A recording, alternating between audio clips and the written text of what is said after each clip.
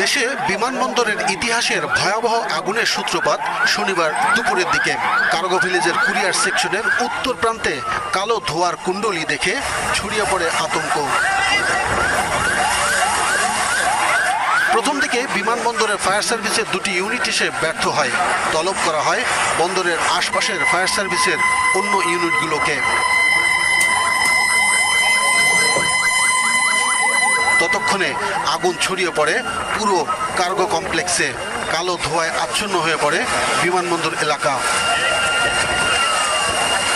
courier gate থেকে আগুনটা লাগছে, তারপরে আপনার কুরিয়ার গেট থেকে আগুনটা যদি লিবেল হইতে 10-15 মিনিটে হয়তো বা যদি